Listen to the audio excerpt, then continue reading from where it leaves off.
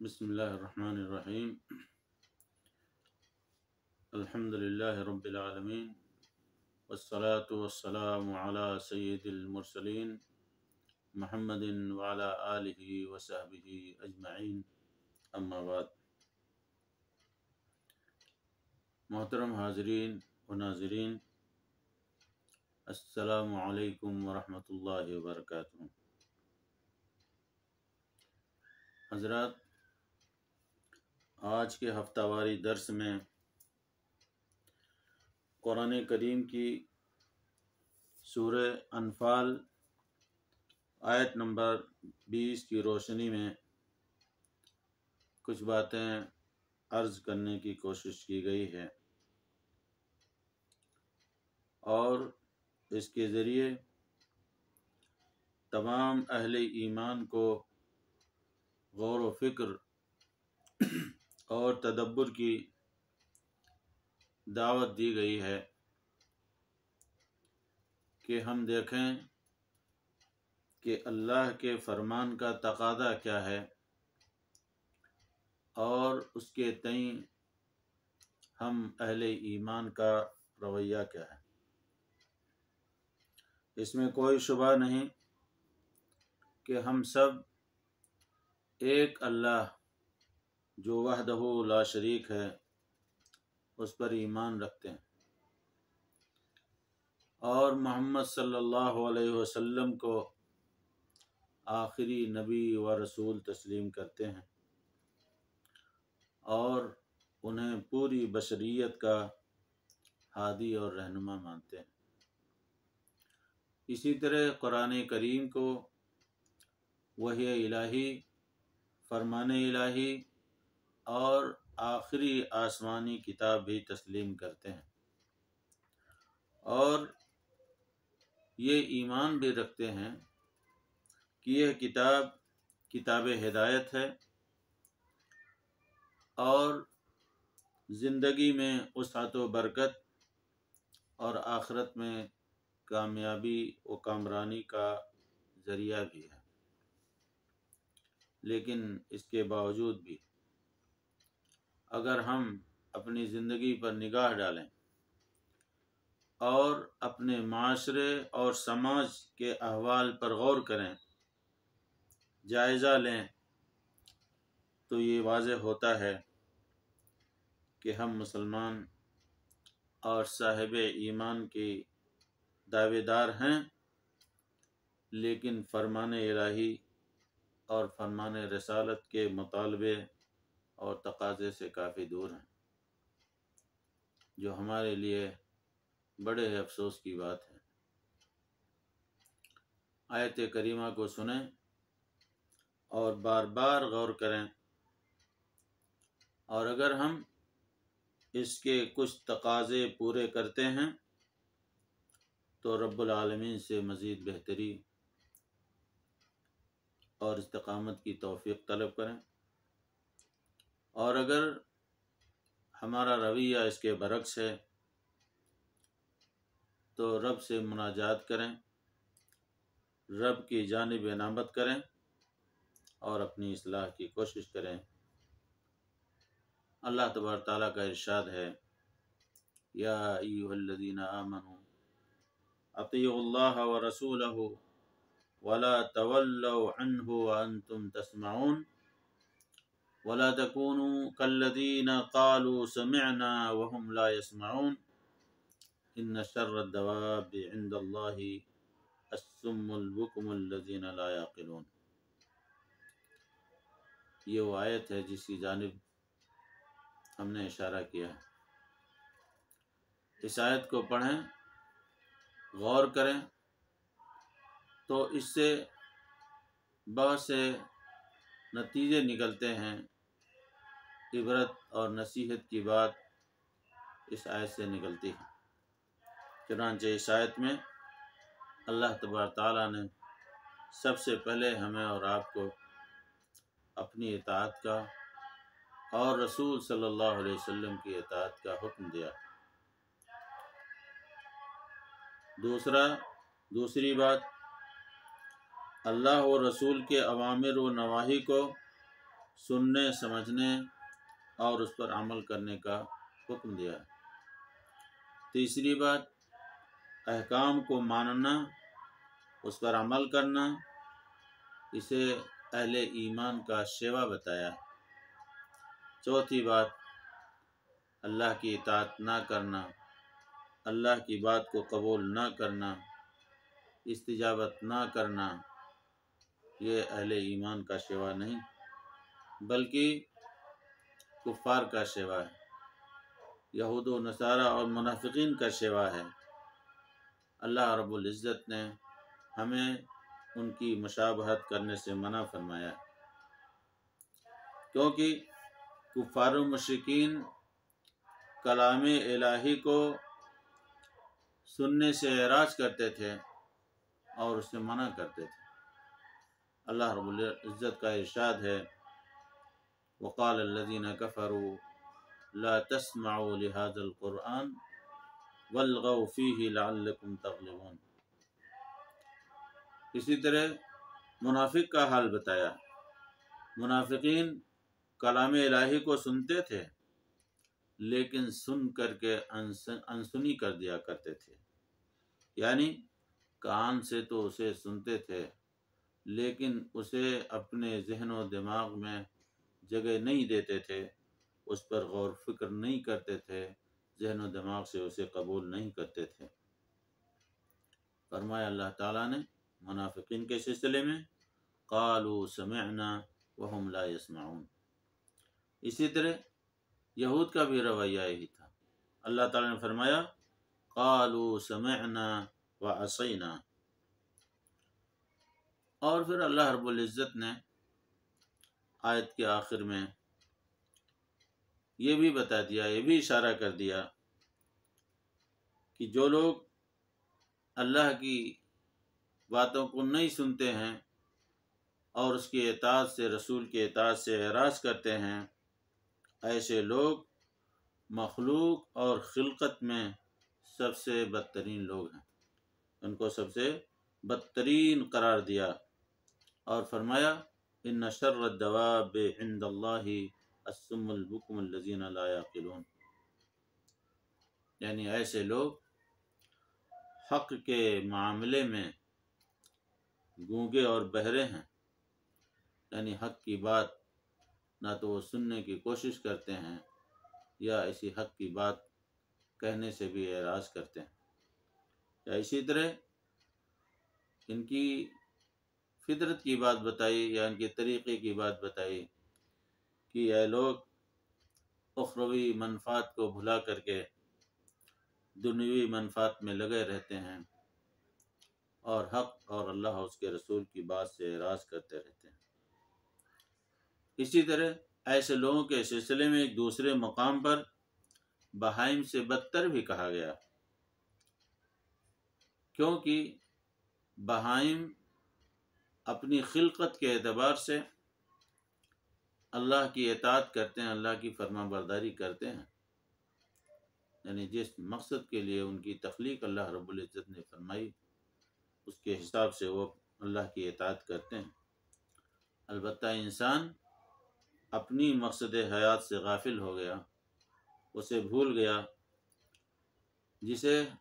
اللہ کی بندگی کے لیے پیدا کیا گیا، وما خلقت الجن والانس الا لیعبدون۔ لیکن یہ حضرت انسان نے اپنے مقصد کو بھلا دیا، اسی لیے اللہ رب العزت نے ایک دوسرے مقام پر ان کے بارے میں فرمایا، انہم کالانعام بل ہم اضل سبیلا۔ اس مختصر سی گفتگو سے بھائیوں یہ بات واضح ہو گئی کہ ہمیں اللہ رب العزت اور اس کے رسول کی اطاعت کرنی چاہیے۔ اللہ کے رسول کی اطاعت کا مطالبہ ہم سے یہ ہے کہ ہم کلام الہی کو اور فرمان نبوی سے اپنا ناطہ جوڑیں، اسے پڑھیں، سنیں، اس کا مطالعہ کریں، غور و فکر کریں اور تدبر سے کام لیں، نیز سلف صالحین کی فہم و فکر کی روشنی میں اسے سمجھنے کی کوشش کریں اور اس پر عمل کریں۔ سلف صالحین سے مراد صحابہ کرام ہیں۔ صحابہ کرام کے نقش قدم پر چلنے کی قید اس لیے لگائی گئی، یہی طریقہ اسلم ہے اور نجات کا بہترین ذریعہ ہے، جبکہ اخلاق کی فکر و نظر میں ان کی مختلف رائے ہیں اور عقل پسندی اور اسی طرح کی اور دوسری پریشانیاں بھی ہیں، جس میں ہوائے نفس کا عمل و دخل ہے، جو راہ نجات کا ضامن نہیں ہے۔ اسی طرح اگر ہم اللہ اور اس کے رسول کی اطاعت کرتے ہیں اور اس کے تقاضے کو پورا کرتے ہیں تو اللہ رب العزت نے ہمیں اس کی بشارت بھی دی ہے۔ چنانچہ اللہ تعالیٰ نے فرمایا فبشر عباد الذین یستمعون القول ویتبعون احسنہ اولئک الذین ہداہم اللہ واولئک هم اولو الالباب۔ اب سوال یہ پیدا ہوتا ہے کہ اللہ کی اس دعوت کی معرفت کے طریقے کیا ہیں؟ وہ کون سے ذرائع اور وسائل ہیں جس کے ذریعے ہم اللہ کی دعوت کے طریقے کو جان سکتے ہیں، سمجھ سکتے ہیں؟ تو اس سلسلے میں مختصراً عرض یہ ہے کہ دعوت اللہ کے طریقے یا اللہ تبارک تعالیٰ اس کے رسول کے احکام پر عمل کرنے کے تقاضے کے طریقے کیا ہیں؟ اس میں سے ایک تلاوت قرآن کرنا، مطالعہ حدیث غور و فکر اور تدبر سے کرنا، اسی طرح داعیان حق کی باتوں کو سننا، ان کے دروس اور محاضرات میں شریک ہونا، ان کی صحبت میں رہنا اور خطبہ جمعہ کو غور سے سننا، واعظ و نصیحت قبول کرنا، اسی طرح امر بالمعروف اور نہی عن المنکر کے فرائض انجام دینے والے لوگوں کی تعلیمات اور ان کی توجیہات کو اپنانا، 5 وقتہ نماز میں مؤذن کی اذان کو سن کر کے اس کی پکار کو سننا اور قبول کرنا، یہ ساری کی ساری چیزیں دعوت اللہ کے طریقے میں شامل ہیں۔ کوئی کہہ سکتا ہے کہ قرآن کریم عربی زبان میں ہے اور ہمارے لیے اس کا سمجھنا مشکل ہے، تو اس سلسلے میں عرض کرنا ہے کہ موجودہ زمانے میں ترقی کے وسائل بہت سے ہو گئے ہیں اور قرآن کریم کے تراجم اور اس کے مفاہیم دنیا کی مختلف لغات کے اندر آج میسر ہیں، لہذا ہم ان تراجم قرآن اور تفاسیر کی روشنی میں اللہ رب العزت کے احکام اور ان کے مطالبات کو جاننے کی کوشش کریں تو اس سے ہمیں اللہ رب العزت ہماری رہنمائی فرمائے گا۔ حضرات، یہ تو طاعت الہی کے فوائد اور اس کے ثمرات رہے ہیں، لیکن اس کے ساتھ ساتھ اس اطاعت اور روگردانی کے کچھ موانع بھی ہیں جس کی طرف مختصراً اشارہ کر دینا مناسب ہوگا، کیونکہ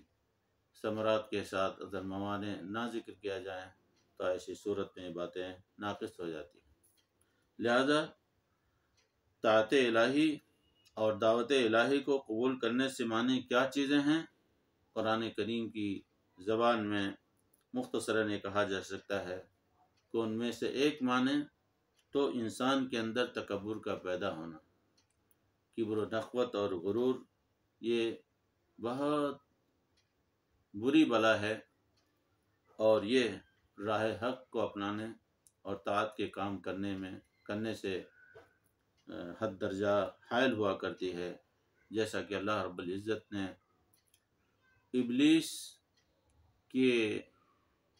حکم عدولی کی طرف اشارہ کیا، جبکہ اللہ رب العزت نے اسے آدم علیہ السلام کو سجدہ کرنے کا حکم دیا، لیکن اس نے اپنے آپ کو برتر سمجھا اور سجدہ کرنے سے منع کر دیا اور یہ کہہ دیا انا خیر منہ۔ اسی طرح رسول صلی اللہ علیہ وسلم نے بھی تکبر اور کبر سے منع فرمایا ہے۔ چنانچہ نبی صلی اللہ علیہ وسلم کا ارشاد ہے الکبر بطر الحق وقمت الناس۔ اسی طرح دوسرا معنی اور دوسرا سبب حسد ہے۔ حسد بھی ایک بہت بری بلا ہے، جیسا کہ یہود نے کیا۔ اللہ رب العزت نے یہود کے حالات کو بیان فرمایا کہ یہود نبی صلی اللہ علیہ وسلم کی شخصیت سے اور آپ کی نبوت کی حقیقت سے اچھی طرح واقف تھے، لیکن ان کے حسد نے انہیں نبی پر ایمان لانے سے روک دیا اور منع کر دیا۔ اسی طرح تیسری بات تعصب کا پایا جانا۔ اب وہ تعصب رائے کا تعصب ہو، مذہب اور مسلک کا تعصب ہو، آبا و اجداد کی تقلید کا مسئلہ ہو، یا اسی طرح بڑوں کی اور بزرگوں کی اندھی تقلید، یہ سارے تعصبات بھی طاعت الہی اور فرمان رسول کے پر عمل کرنے کے لیے کے باب میں حائل ہوتے ہیں، جیسا کہ اللہ رب العزت نے کفار و مشرکین کی حکایت بیان کی کہ جب ان کے سامنے بات کی جاتی ہے تو ان کا جواب یہ ہوتا ہے، کہتے ہیں بل نتبع ما الفینا علیہ آباءنا اولو کان آباؤہم لا یعقلون شیئا ولا یہتدون۔ اسی طرح چوتھی چیز اتباع ہوائے نفس۔ آدمی خواہشات نفس کی پیروی کرتے بھی اللہ کی اطاعت اور فرمان رسول سے روگردانی اختیار کرتا ہے۔ چنانچہ اللہ رب العزت نے جانبی اشارہ فرمایا فَإِن لَّمْ يَسْتَجِيبُوا لَكَ فَاعْلَمْ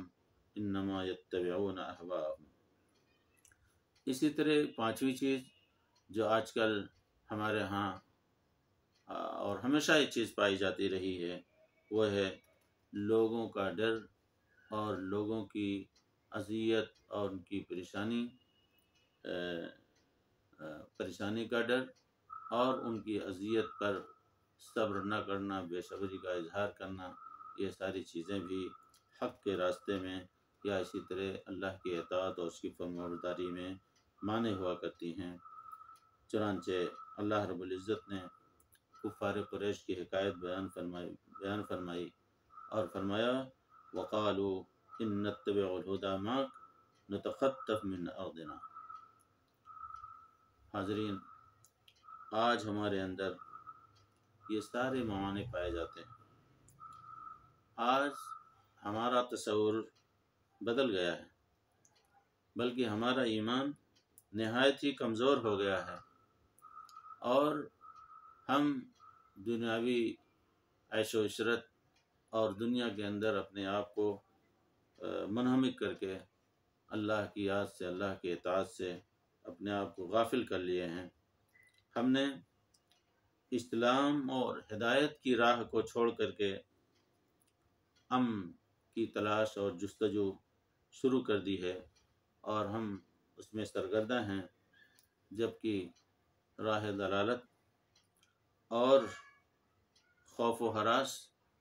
اور گمراہی کے راستے سے، گمراہی کے ذریعے اور دین سے دوری کے ذریعے ہمیں امن نہیں مل سکتا ہے۔ اس لیے نہایت ہی ایمانداری کے ساتھ اسلام کی تعلیمات پر سختی سے عمل کرنا ہمارے اور آپ کے لیے بے انتہا ضروری ہے۔ اسی میں ہمیں اللہ کی رضا حاصل ہوگی اور دنیا میں ہمارے لیے برکت ہوگی اور آخرت میں ہمارے لیے بہتری ہوگی۔ اور رسول صلی اللہ علیہ وسلم کا ارشاد ہے اس سلسلے میں، اللہ کے رسول صلی اللہ علیہ وسلم نے فرمایا من التمس رضا الناس بسخط اللہ سخط اللہ علیہ واسخط علیہ الناس، کہ اگر کوئی شخص لوگوں کی رضامندی کا متلاشی ہے اللہ کو ناراض کر کے، یعنی اللہ کو ناراض کر کے وہ لوگوں کو خوش کرنے کی کوشش کرتا ہے تو ایسی صورت میں اللہ تعالیٰ اس سے بھی ناراض ہوگا اور اس سے لوگوں کو بھی ناراض کر دے گا۔ لہذا ہمیں غور و فکر کرنے کی ضرورت ہے اور ہمیں اللہ اس کے رسول کو صحیح معنوں میں جاننے اور سمجھنے کی ضرورت ہے۔ آئیے آج سے ہم یہ کوشش کریں کہ ہم اللہ کی اطاعت اور رسول کی اطاعت اور فرمانبرداری میں اپنے آپ کو سرگردہ کریں گے اور اللہ اور اس کے رسول کو خوش کرنے کی کوشش کریں گے، کیونکہ اسی میں ہمارے لیے اخروی نجات ہے اور دنیاوی پریشانیوں سے عافیت بھی ہے۔ اللہ تبارک تعالیٰ سے دعا ہے کہ اللہ رب العزت ہم سب کو دونوں جہان میں سرفرازی عطا فرمائے اور اپنی مرضی کے مطابق ہم سے کام لے اور ہم سب سے راضی ہو۔ آمین۔ السلام علیکم ورحمۃ اللہ وبرکاتہ۔